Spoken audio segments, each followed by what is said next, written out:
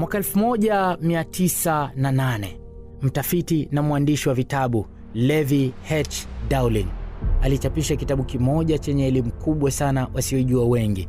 Kinaitwa The Aquarian Gospel of Jesus the Christ. Aliandika kitabu hiki kutoka kumbukumbu zinazonakili kila kitu kilichowahi kutokea katika uhai wa kila kiumbe duniani. Kila kitu cha wakati uliopita, wakati wa sasa na wakati ujao. Wanaiita taaluma hii ya kumbukumbu kwa jina la Akashic Records. Kutoka katika elimu hii pana isiyobagua mitazamo, hata mitazamo ya kidini, ndio Bwana Dowling akaandika mkasa wa maisha kamili ya Yesu. Akazungumzia mpaka ile miaka 18 ambayo Yesu hajazungumzwa kwenye Biblia, ya kwamba alikuwa wapi na anafanya nini tangu Yesu akiwa na umri wa miaka 13 hadi 30. Biblia haisemi alikuwa wapi na anafanya nini. Kitabu cha Dowling, The Aquarian Bible, kinaeleza mengi, ikiwemo kuwa kipindi hiko Yesu alisafiri sehemu mbalimbali ikiwemo India, Tibet, Persia, Assyria, Ugiriki na Misri. Na kote huko katika majiji hayo alisoma elimu mbalimbali, alipata majaribu mbalimbali, lakini pia alionyesha uwezo wa ajabu wa ufahamu wa mambo, na akawa yeye ndiye mwalimu wa walimu anaowakuta huko.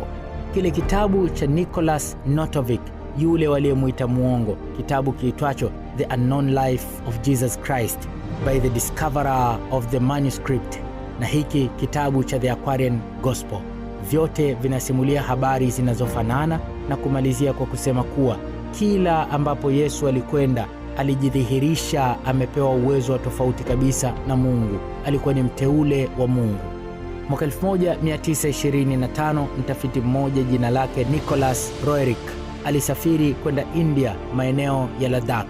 Alipokwenda huko, moja ya mambo yaliyorekodiwa kwenye hiyo safari yake ni kwamba alipokutana na watu wa jamii ya Ladakh na viongozi wao wa kiimani waitwao Lama, walikuwa wakisimulia kisa cha mtu wa ajabu waliyemtaja kwa jina la Isa.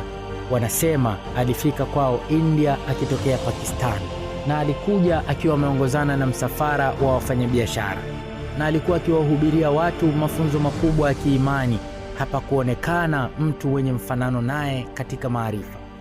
Huyu Nicholas Roerich akawaza labda hawa watakuwa wameisoma hii habari.